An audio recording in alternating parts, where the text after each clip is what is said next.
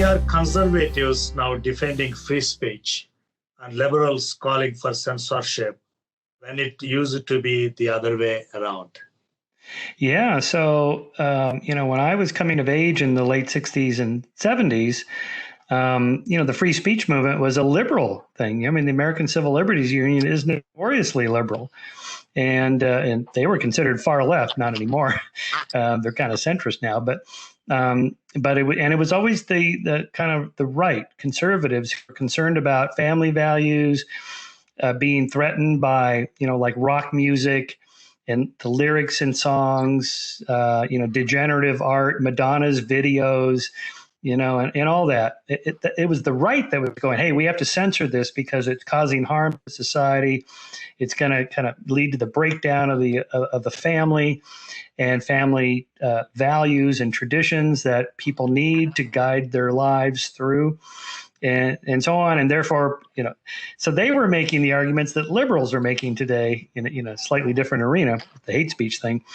And so the reversal happened, maybe it began in the 80s with the whole political correctness and the idea of what we didn't use the word hate speech back then, but it was, language that's hurtful to people.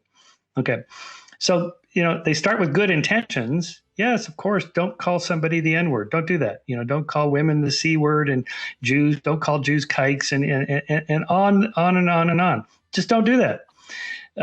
But we have all shifted our consciousness, and those kinds of hateful words are rarely used anymore.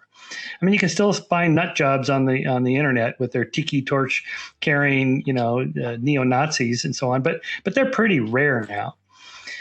So really, I want liberals to say, you know what, we won that battle. The civil rights movement has come a long ways. Dr. King and all his colleagues really made a big difference. But instead, liberals seem to be saying, things are as bad as they've ever been, and we've made no progress. And I find this astonishing and really kind of insulting to the civil rights leaders in the 50s, 60s, and 70s, and the women's rights movement in the 70s and 80s. You're saying they had no effect at all? And it's even worse than that. It's not only insulting to the activists that did all that hard work, but it encourages people to be just sort of to give up. Like, well, I guess there's no point in trying to make the world a better place, because everything we do, it will fail because people are innately racist, bigoted. And it gets back to that original sin idea that this movement is kind of a new religion, a secular religion in a way. And so I'm really pushing back against that.